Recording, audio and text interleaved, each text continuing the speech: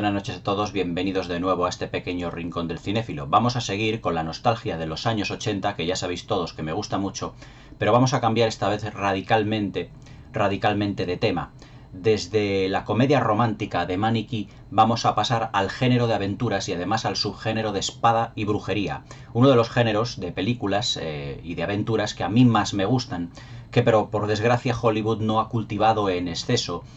dada la dilatada carrera ya de Hollywood y de la historia del cine en ya sus casi 130 años de duración. Y la verdad es que es una desgracia que el género de espada y brujería no haya sido excesivamente dilatado por Hollywood o por el cine de todas las nacionalidades en general, porque es un género que últimamente está dando muchas alegrías tanto en el cine como en la televisión. Y hay, por ejemplo, las películas de la Tierra Media de Peter Jackson, que han recaudado más de 6.000 millones de dólares en el mundo entero, alrededor del mundo, y también la serie de Juego de Tronos, que ha sido un éxito en televisión. Y yo no sé, sinceramente, por qué Hollywood le tiene tanto ahínco y tanta manía al género de espada y brujería. Pero en 1982 un grupo técnico y artístico realmente de primera categoría realizaron la que yo considero es una de las obras maestras del género de aventuras de los años 80 y además una de las obras maestras del subgénero de espada y brujería. Y no es otra que Conan el Bárbaro de John Milius y de Oliver Stone.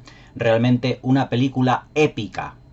desde cualquier punto de vista, con una gran carga visual, cuyos puntos fuertes son la narración totalmente visual que imprimió John Milius desde el primer hasta el último fotograma, la banda sonora épica de Basil Poledouris, que es realmente embriagadora, ahora os contaré más sobre esta maravillosa banda sonora, y también la película que supuso la rampa de lanzamiento para el estrellato de Arnold Schwarzenegger. Realmente Conan el Bárbaro es una película que yo he visualizado, he visto muchísimas veces, que la tengo desde hace poco en alta definición en Blu-ray y que en un televisor 4K es realmente un gran espectáculo de admirar, sobre todo por la belleza y por la utilización del formato panorámico, por la importancia del paisaje, por el gran número de decorados que tiene la película y por lo épica que es desde cualquier punto de vista que se la admire. No se la admire, sino se la admire, como os digo. La verdad es que la película Conan el Bárbaro es un proyecto que estuvo dando tumbos desde 1977 hasta 1982. El productor, Edward Pressman, tuvo una especial dificultad porque él era un especial seguidor y admirador de los cómics de Robert, no me acuerdo cómo se llamaba Robert Edward, creo que se llamaba el escritor original de los cómics. Como no soy un gran lector de cómics, la verdad es que tampoco Robert Howard, ahora me acuerdo, Robert Howard. De los cómics ni de superhéroes ni tampoco de Conan, aunque de Conan sí que tuve algunos de niño. Y la verdad es que la película como adaptación tampoco, como no leí en exceso los cómics de Conan, pues tampoco puedo decir que si es una muy buena o una pésima o una mala o una maravillosa adaptación. Pero en esta crítica quiero que veáis Conan el Bárbaro como una película, es decir, como una adaptación, no como desde el punto de vista del cómic, sino como película. Es decir, yo voy a comentar la calidad que yo atesoro o que yo creo que atesora la película únicamente desde el punto de vista cinematográfico, no como adaptación. En 1977 ya os digo que Edward Pressman contactó con Oliver Stone, el que ya había escrito el guión de Platoon, que luego se convertirá en película en 1986. Recordemos que Oliver Stone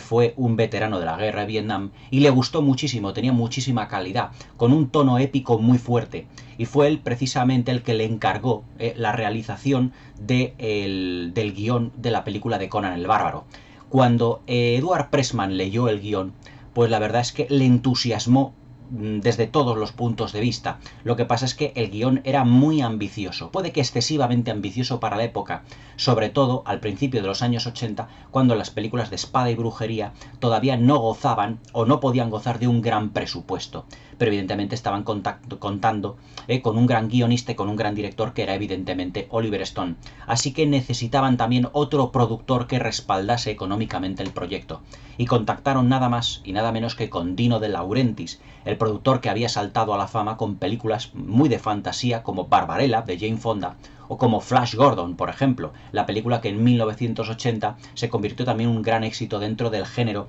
en este caso de la ciencia ficción. Entonces Dino De Laurentiis le entusiasmó el proyecto por completo y contactó directamente con aquel actor que según él, según Oliver Stone y según Edward Pressman, solo podía hacer de Conan el Bárbaro, y fue nada más y nada menos que nuestro querido amigo Arnold Schwarzenegger. Cuando Schwarzenegger leyó el guión de Oliver Stone, pues la verdad es que le entusiasmó también, se enamoró del proyecto muy profundamente, y además es que estuvo investigando sobre también los cómics de Conan el Bárbaro, que sabía que existían pero que no los había leído, y también sobre los dibujos de un gran artista llamado Fran Francetta. Fran Francetta fue un guionista, un dibujante de cómics y de portadas de tebeos para adultos, en lo que se refiere a la espada y brujería tipo Creepy, tipo Bumpus, tipo Dossier Negro, aquellos cómics de suspense y de terror que aquí en los años 70 y 80 también se vendieron.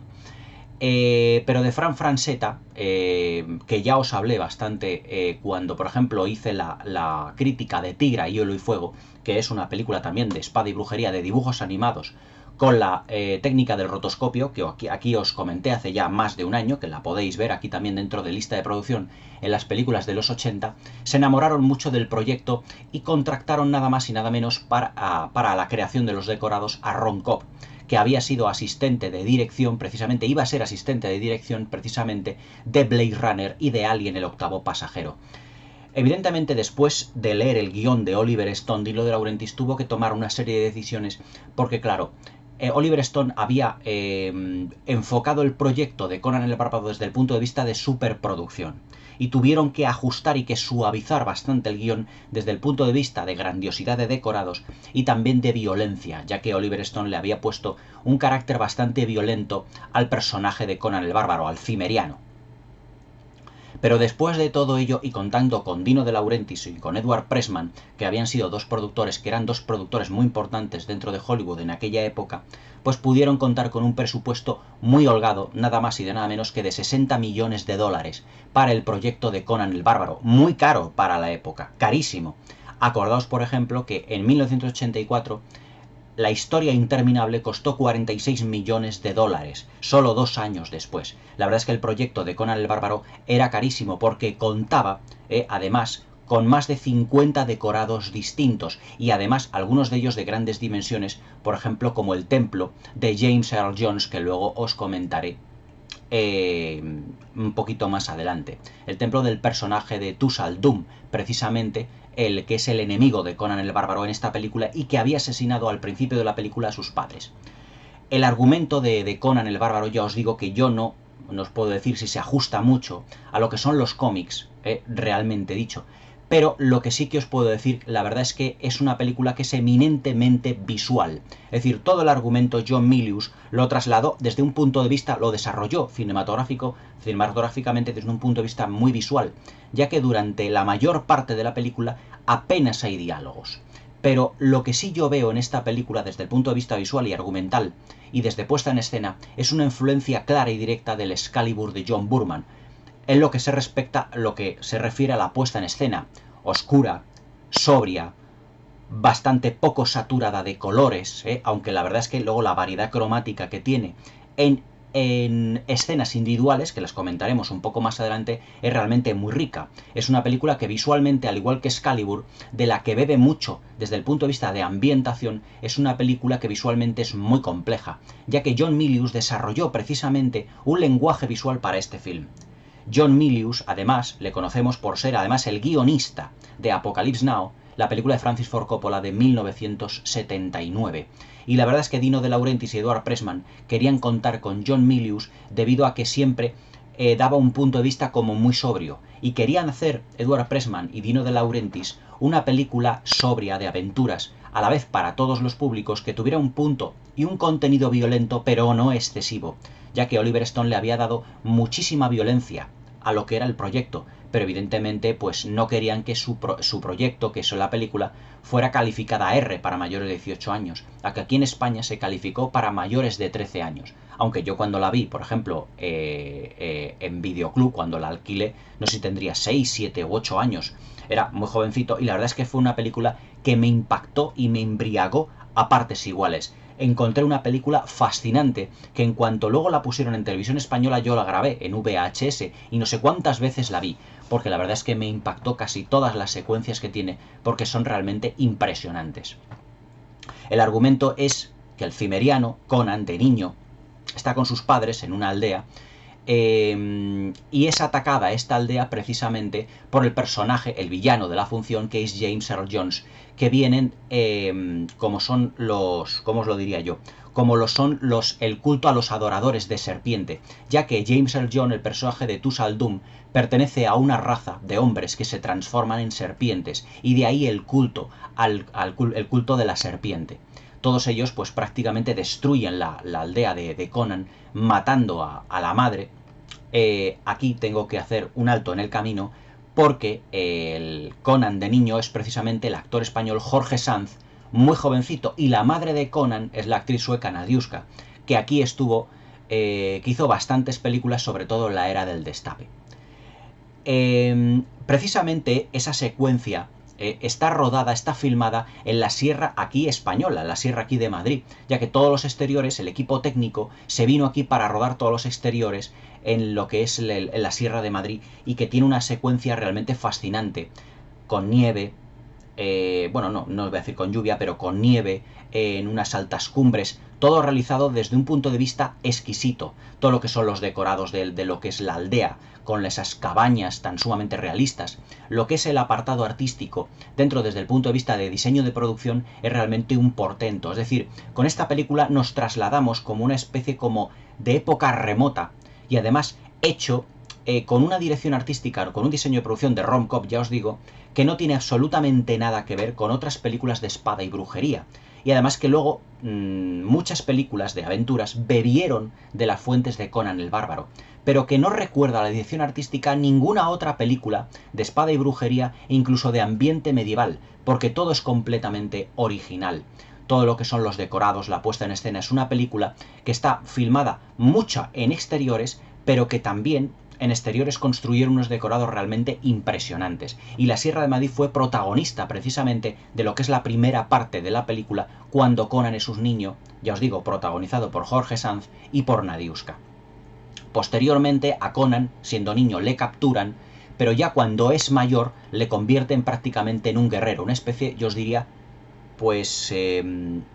como de gladiador aproximadamente. Es una especie de gladiador que se gana la vida como esclavo siendo gladiador, pero que finalmente es liberado por aquella persona que precisamente le había esclavizado cuando era niño y que había prácticamente crecido con él. A partir de ahí es cuando comienza la verdadera película, que ya son las aventuras de Conan para vengar la muerte de sus padres, a manos precisamente del personaje del villano, que es James Earl Jones. La búsqueda de los adoradores de las serpientes, como él dice, busco un gran estandarte, con dos serpientes, cuando pone así las manos, enfrentándose a sí mismo. Y aquí es cuando realmente comienza esa maravillosa película de aventuras, tan emocionante y visualmente tan exquisita, que a mí por lo menos siempre ha tenido un componente de fascinación especial. La interpretación de Arnold Schwarzenegger, ¿qué os puedo decir de Arnold Schwarzenegger que ya no conozcamos todos? Que es la gran estrella del cine de Hollywood de los años 90, de finales de los 80 y de principios de los años 2000, que luego se convirtió en gobernador de California y que ahora ha vuelto, además, en la sexta entrega de Terminator, que va a ser además la tercera, o viendo un poco la tercera parte de Terminator, de la rebelión de las máquinas, dirigida por Jonathan Mostow. Pero realmente lo que aquí importa es que tenemos a Arnold Schwarzenegger en su momento cumbre. Es cuando ya prácticamente se disparó al estrellato, y que lo confirmó precisamente ese mismo estrellato en 1984, siendo el protagonista indiscutible de Terminator de James Cameron. Pero en el 82 Arnold Schwarzenegger fue para todo el mundo Conan el Bárbaro, y además es que por el físico tan contundente que esgrimía en aquella época, era prácticamente muy parecido, clavado, al personaje de los cómics que yo recuerdo, aunque evidentemente lo que se refiere al vestuario era más sobrio, más adusto, más oscuro, más... porque yo recuerdo al Conan el Bárbaro de los cómics un poco más parlanchín, más hablador, pero aquí Conan es una persona que está muy ensimismada, es una persona que está como con un conflicto emocional interior muy latente en todo momento, y eso se refleja en sus expresiones, en sus miradas, incluso en sus no diálogos. cuando el personaje de Sandal Berman, la chica que está a su lado, que se convierte prácticamente en su novia, en su amante, aquella rubia, le dice qué es lo que tenemos que hacer. Vamos a librar, por ejemplo, a la hija del rey Osric y luego posteriormente mataremos a Dúsal Doom. Y es cuando él está afilando a la espada y su mirada prácticamente lo dice todo. Él no se expresa a través del diálogo, él se expresa a través de sus miradas, de sus poses, de sus gestos. Es un personaje que tiene un conflicto interior muy grande y que ha convertido la venganza prácticamente en el leitmotiv de su vida y también en el motor narrativo de toda la película. Lo que es la venganza, el ansia de venganza frente a lo que es el culto a la serpiente y que está buscando él en todo momento.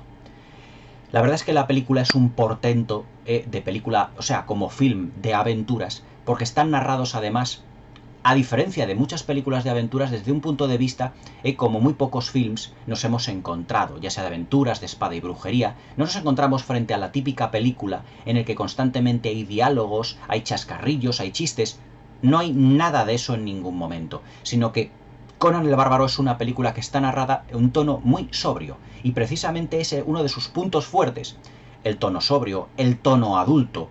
No hay chistes tontos, no hay chistes estúpidos. John Milius y Oliver Stone tratan con mucha inteligencia al espectador y deja que las imágenes, por así decirlo, narren por sí solas. Por ejemplo, esa secuencia en la que Conan ha sido capturado y está prácticamente crucificado y ve al fondo, ya cuando está casi moribundo, y ve al fondo a lo que es Subotai, al compañero interpretado por Jerry López, es un actor mexicano, que viene hacia él y que empieza a reírse como diciendo ya no voy a fallecer, pero que baja a una duna y es como si Arnold Schwarzenegger, Conan, en ese momento ya no le viera y se quedase como muy entristecido bajando la cabeza, pensando a lo mejor que podría haber sido un espejismo porque está en mitad del desierto, pero cuando cambia de plano la secuencia, cuando sale Subotai, y es cuando la música se acelera, o mejor dicho, se pone más épica en uno de los grandes temas que tiene el film y que viene precisamente a salvar a Conan, porque él ha convertido la venganza en el leitmotiv de su vida, pero no quiere ni que Subotai, ni que su compañera, que no me acuerdo ahora cómo se llamaba el nombre del personaje interpretado por Sandal Berman, la verdad es que una actriz todoterreno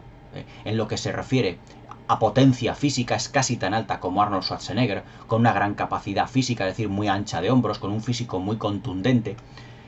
les ha abandonado y él quiere seguir el camino de la venganza por sí solo. Pero digamos que ese núcleo que han hecho los tres personajes es tan fuerte que cuando llegan tratan de salvarle la vida a Conan en ese ritual hecho por ¿cómo se llama? Por el hechicero, el brujo que conoce en mitad del desierto, en una secuencia épica, en el que dice Sandal Berman, yo estoy aquí por él, y yo voy a pagar el precio a los dioses por su vida. Y en esa secuencia, cuando los espíritus intentan llevarse el cuerpo de Conan, ella se lanza sobre el cuerpo y aparecen esos magníficos efectos visuales para la época, en el que una especie como de espíritus completamente rojos, con cara de calavera, tratan de llevarse a Conan en mitad del desierto. Una secuencia realmente maravillosa, como prácticamente todas las de la película. También destaca muy visualmente, por ejemplo, la secuencia en la que Conan se convierte, de una manera un poco abrupta, en uno de los seguidores, uno de los adoradores precisamente del culto de la serpiente, y llega precisamente hacia ese gigantesco templo que no tiene nada de digital, es un decorado real precisamente, fabricado por el equipo técnico de la película y diseñado por Ron Cobb, precisamente única y exclusivamente para el film, y que posteriormente, al final de la película, cuando lo queman, ese incendio es real. Y que estaban quemando precisamente el decorado porque era muy caro la demolición del mismo, porque es un decorado realmente impresionante. Es decir, estamos ante una película de espada y brujería y una película de aventuras, pero hecha con un presupuesto de superproducción para la época, con unos decorados inmensos, y este decorado, lo que es el templo de Dúsal Doom, es realmente impresionante. En toda esta secuencia, cuando Conan está frente al templo, John Milius tiene un juego de cámaras muy significativo, ya que siempre enfoca todo este templo o en picado o en contrapicado, para dar muchísimas más grandiosidad. Cuando Conan está abajo, siempre le saca precisamente en contrapicado, para dar la sensación de que hay muchos más escalones en el templo de lo que hay. Y en picado, cuando él acaba de matar al final de la película al personaje James Earl Jones, como si estuviese en un gran valle y estuviesen los adoradores precisamente abajo, cuando le ha decapitado a James Earl Jones y tira la cabeza precisamente hacia sus adoradores. Es realmente impresionante cómo filma John Milius este gigantesco decorado. También hay que tener en cuenta los decorados filmados en lo que son los interiores de las grutas, de las cavernas, con juegos de luces amarillos, naranjas, rojos. Es impresionante la puesta en escena que tiene aquí Ron Cobb y que tiene aquí John Milius. Además, otro de los grandes aciertos que tiene John Milius en esta película, que ya os digo que es el lenguaje visual, porque es una película que está narrada con imágenes y no con diálogos, es cuando los héroes van pasando de una ciudad a otra, en la que no hay una trama argumental precisamente, sino que prácticamente la cámara deja que sea la que narre la acción en ese momento, porque los héroes están corriendo y están pasando de una ciudad a otra. Pero nos damos cuenta de que los decorados tienen un gran realismo, que están muy bien filmados. Además que John Milius y Ron Cobb tienen además sendos cameos en algunos de estos grandiosos decorados. Pero para ser una película de espada y brujería de principios de los 80, tiene una grandiosidad visual realmente impresionante. Otro acierto más es la excelente utilización del formato panorámico. Es decir, John Milius, además que era un director que se había forjado mucho al calor de los grandes directores de la historia del cine como Howard Hawks o como John Ford,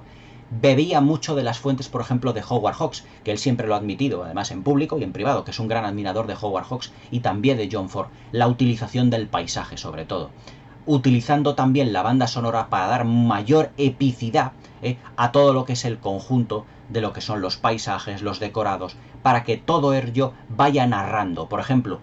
John Milius utiliza mucho la música, los temas más épicos que hizo Basil Poledouris para esta película, cuando Subotai y Conan van corriendo por todas esas maravillosas estepas. Además que la gran variedad que tenemos de exteriores es fantástico.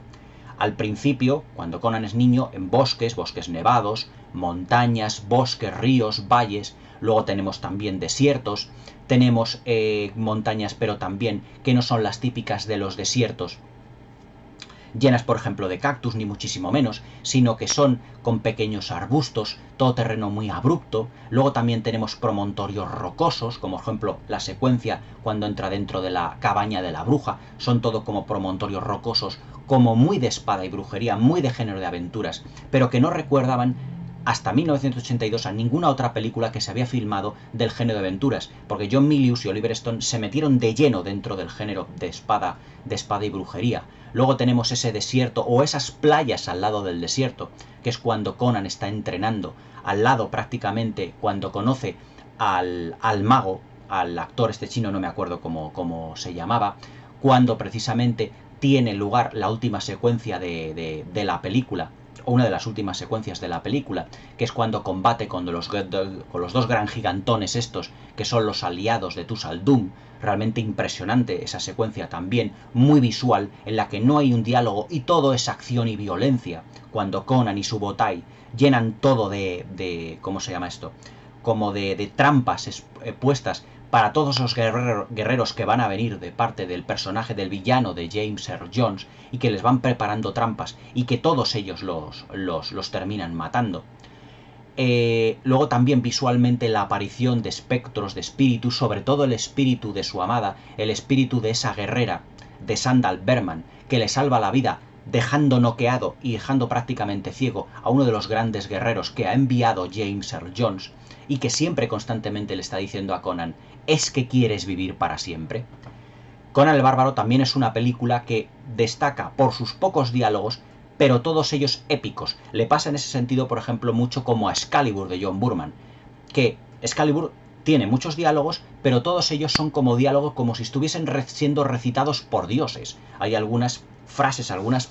palabras que se te quedan ya prácticamente grabadas a fuego. Por ejemplo, cuando Subotai baja la loma, cuando Conan está quemando a su amada, después de que se ha sacrificado por Conan, y baja llorando, y le dice el brujo: ¿por qué estás llorando? Y le dice Subotai al brujo, dice: yo lloro por él, porque él es Conan el Bárbaro. Él no va a llorar, yo lloro por él mismo. Es realmente impresionante, porque tiene como a Conan como una especie de gigantesco gladiador, de bárbaro, casi como un semidios, y por lo tanto él no puede él dice que él no puede como rebajarse a llorar, porque llorar es algo de humanos.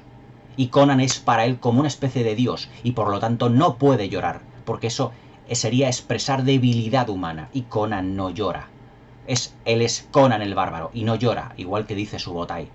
Por ejemplo, otra de las frases míticas es cuando el padre de Conan le dice a Jorge Sanz, siendo Conan de niño, dice: Conan, el acero es el único amigo que tenemos, y tienes que desconfiar de todo el mundo, pero con recelo, porque nosotros no somos dioses, ni somos gigantes, pero somos hombres. Realmente impresionante muchos de los diálogos y muchas de los escritos de las frases que hizo Oliver Stone para este guión. La verdad es que son realmente magníficos. Y sobre todo al final, cuando James Earl Jones, en la cumbre del decorado gigantesco del templo de los adoradores de la serpiente, le dice a Conan, dice: cuando yo no esté aquí, tú no habrás asistido, es como si no hubieras existido, porque yo, que soy la venganza, porque tú eres la venganza sobre mí, cuando yo me haya ido, tú no habrás existido, porque el leitmotiv de tu vida es encontrarme a mí. Eso es lo que piensa el personaje de James Earl Jones. Por eso le dice: cuando yo ya no esté, porque él sabe que lo va a matar, cuando yo ya no esté, tú no habrás existido o tú no existirás. Es realmente impresionante. La verdad es que los diálogos, para ser una película de aventuras, parecen o son pertenecientes más a una película de William Shakespeare, o basado en un relato de William Shakespeare, o de una auténtica tragedia griega. Pero precisamente esos son los componentes de diálogo y de epícida que quería darle John Milius y Oliver Stone a la película, convirtiéndola en algo especial dentro del género de aventuras y algo muy especial dentro del género, evidentemente, de espada y brujería. La banda sonora de Basil Poledouris, otro de los puntos fuertes de la película, es realmente impresionante, es épica, es nostálgica, es embriagadora, recalca y subraya mucho las secuencias de aventuras, muy bien inmersas además por la mano de John Milius en el montaje. Es decir, siempre en los momentos más épicos, por ejemplo cuando Subotai va al encuentro de Conan para rescatarle porque él está crucificado, suena la banda sonora, uno de los mejores temas que tiene. O luego también, por ejemplo, el tema de la orgía, cuando Conan y sus dos cómplices, Sandal Bergman y también Subotai, llegan al templo precisamente para rescatar a la princesa del rey Osric, que ahora os hablaré de él, es otro personaje fantástico dentro de la película, y están como dentro de ese gigantesco templo donde tienen secuestrada a la hija del rey Osric y donde está también el personaje de James Earl Jones. El tema que suena, el tema de la orgía precisamente, porque hay una serie de guerreros y de mujeres que están allí, pues realmente también es fantástico y épico. Es muy difícil describir lo que se siente escuchando la banda sonora de Basil Poledouris en esta película, porque es que no se parece a ninguna otra banda sonora. Cuando escuchamos bandas sonoras, sobre todo de las películas de aventuras o de ciencia ficción de hoy en día, todas se parecen bastante, son muy similares. Pero es que la banda sonora de Basil Poledouris en este film no se parece a ninguna otra banda sonora de una película de aventuras. Es embriagadora, es sensual, es atrayente, es épica, es realmente maravillosa y potencia los momentos épicos de la película como ninguna otra banda sonora que yo haya escuchado en muchas películas. Para mí, la banda sonora de Conan el Bárbaro de Basil Poledouris es una de las, entre las 15 y 20 mejores bandas sonoras que yo he oído jamás dentro de una película. Es realmente impresionante. Otro de los actores importantes dentro de la película es nada más y nada menos que el sueco Max von Sydow, que interpreta al rey Osric, que es el rey que le otorga, mejor dicho, que le encarga a Conan el Bárbaro y a sus dos seguidores que rescaten a la princesa, a su hija precisamente, de las garras del culto de la serpiente. Pero parece que Conan se toma un poquito, digamos, este encargo, aprovechándolo para su venganza personal, pero no tan importante, aunque al final de la película a ella la rescata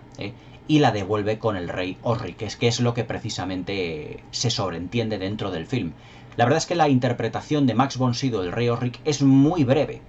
pero la verdad es que hace un personaje realmente mítico. Es un rey completamente apagado, que ya no se cree realmente que es como si fuera un rey, que está en duda su reinado por el culto precisamente a la serpiente, por la gran invasión del culto a la serpiente, pero que necesita encontrarse realmente con su hija, y llama a Conan y precisamente a sus seguidores para que vayan a rescatarla.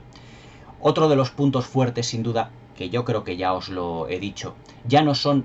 digamos, desde el punto de vista técnico, sino artístico. La interpretación de Arnold Schwarzenegger en esta película es una de las mejores, o por decir, la mejor de toda su filmografía. Porque es una interpretación contenida. No tiene que estar recitando diálogos constantemente, sino que es un personaje como muy ensimismado, muy, ¿cómo os lo diría yo? Con un gran conflicto interior, físico y emocional. Ya os digo que muchas de las decisiones, en muchos de los diálogos o no diálogos que tiene Conan, lo resuelve más Arnold Schwarzenegger con posturas, con miradas, con expresiones, y eso que Arnold Schwarzenegger es un actor que no es excesivamente expresivo, pero que en esta película hace gala de una gran variedad de expresiones realmente impresionante. Para mí es una de las mejores, si no la mejor, interpretación que tiene Arnold Schwarzenegger. La verdad es que Conan el Bárbaro es una de las mejores películas de aventuras y una de las mejores películas dentro de la filmografía que tiene precisamente el actor austriaco. Y fue la película que además le lanzó completamente al estrellato. Conan el Bárbaro es una película dentro del género de aventuras y el de espada y brujería realmente única. Podría estar hablando horas y horas de una película que para mí supuso un antes y un después dentro del género de aventuras, sobre todo en la amplia y dilatada época o década de los 80 en lo que se refiere al género, ya no de espada y brujería, sino al género de aventuras. Hoy en día es muy difícil, por no decir imposible, encontrar un tipo de películas de aventuras que respete la inteligencia del espectador y sobre todo nos dé un aliento épico tan sumamente impresionante. Ninguna película de las que están ahora en el cartel, en cartelera, y ninguna película de hace bastantes años, ninguna, para los chavales o para un público, digamos, juvenil, tiene la epicidad y la calidad que tiene Conan el Bárbaro. Es una auténtica maravilla de película y además es una película que destaca por sus valores estéticos, artísticos, en lo que se refiere a dirección artística, a diseño de producción, a la monumentalidad de los decorados para ser una película de aventuras de principios de los 80 en la que no se destinaba una gran cantidad de dinero. Todo es gracias a dos productores de la talla de Edward Pressman y de Dino De Laurentiis, y además por la interpretación de Arnold Schwarzenegger, que estaba prácticamente ascendiendo en su carrera artística. También por los decorados de Ron Cobb, que son realmente fantásticos, y por la maravillosa y épica banda sonora de Basil Poledouris. Yo después de ver esta tarde esta película, esta maravilla de película, he estado escuchando la banda sonora, que la tengo por ahí, y es realmente maravillosa. Tiene temas épicos, tiene temas de fantasía, tiene temas que evocan a la nostalgia, a la embriaguez y a la sensualidad. Es realmente increíble. Además, un dato curioso es que uno de los temas, el tema de la orgía precisamente, fue recuperado para la secuela de esta película, que fue Conan el Destructor. Una película ya de bastante inferior calidad, entretenida, pero que claro, ya no llega ni muchísimo menos a la altura de la obra maestra de John Milius, que es Conan el Bárbaro. Hoy en día están muy de moda las películas basadas en personajes de cómic. Esta es con diferencia la mejor o una de las mejores que se han filmado dentro de lo que es un personaje de cómic, y da sopas con onda a todas las películas de la Marvel. Conan el Bárbaro es una auténtica maravilla, por sus valores artísticos, en lo que se refiere a la puesta en escena, en lo que se refiere a los decorados, al uso de los exteriores tan maravillosamente filmados, con un uso del formato panorámico realmente impresionante, por la cantidad de decorados que tiene, pero sobre todo por un lenguaje visual en el que prácticamente los diálogos, en gran parte de la película, brillan por su ausencia, pero no son necesarios, porque John Milius ha creado un lenguaje visual en esta película en el que las imágenes prácticamente hablan por sí solas. Hay un fotograma, o mejor dicho, dos fotogramas que son realmente épicos y que describen muy bien lo que estoy diciendo. Hay una secuencia en la que ya, después de haber derrotado a Tuz al-Dum, precisamente a James Earl Jones, al villano de James Earl Jones, Conan está pensativo sentado en los escalones del templo, con las manos así puestas, está muy pensativo, y la cámara poco a poco va girando hasta encontrarnos también con la princesa, con la hija del rey Osric, y en el que ella está esperando a que la lleven, precisamente. Y él también está pensativo, seguramente en las palabras que James Earl Jones le ha dicho un rato anterior antes de matarlo. Y es, después de que yo me haya ido, tú ya no existirás, como diciendo, el leitmotiv de tu vida, que ha sido la venganza, cuando a mí ya me has matado, ya dejará de existir, y por lo tanto, ¿a qué te dedicarás, precisamente? Y es cuando ya, precisamente ahí, se superpone otro plano, otro plano precisamente, que es el plano final, que es cuando sale Arnold Schwarzenegger, Conan el Bárbaro, sentado en ese trono ya más mayor, diciendo: y después de estas aventuras vivió muchas más, de honor, de temor, pero esa, como dice el narrador de la película, que es el amigo, el brujo, que prácticamente le devolvió la vida, esa es otra historia. Al igual que la segunda parte, Conan el Destructor, es otra película. Conan el Bárbaro es una auténtica maravilla del género de aventuras y una de las mejores adaptaciones de un personaje de cómic que ha dado la historia del cine. Una auténtica maravilla de film, la obra maestra de John Milius y la mejor interpretación de Arnold Schwarzenegger. Sin duda, una auténtica maravilla del género de aventuras por su diseño de producción, por su banda sonora del genial Basil Polidoris, del griego Basil Polidoris, que os la podéis escuchar perfectamente y además como música ambiental es una auténtica maravilla, y como película de aventuras no tiene auténticamente precio. Violenta, directa, visualmente arrolladora y con una banda sonora embriagadora. ¿Qué más se puede pedir? Conan el Bárbaro de 1982 de John Milius y de Oliver Stone. Una auténtica maravilla del género de aventuras y dentro del subgénero de espada y brujería. Espero que os haya gustado la crítica, espero que os suscribáis al canal y que le deis a la campanilla para que no os perdáis ninguno de mis nuevos vídeos. Si yo tuviera que darle una nota a esta película, le daría un 9.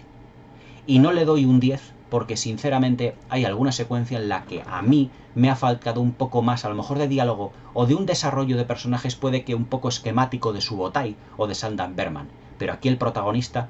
era Arnold Schwarzenegger y el conflicto interno que tiene a raíz de la muerte de sus padres. Una auténtica maravilla de película, una obra de arte de los años 80. Conan el Bárbaro. Hasta mañana.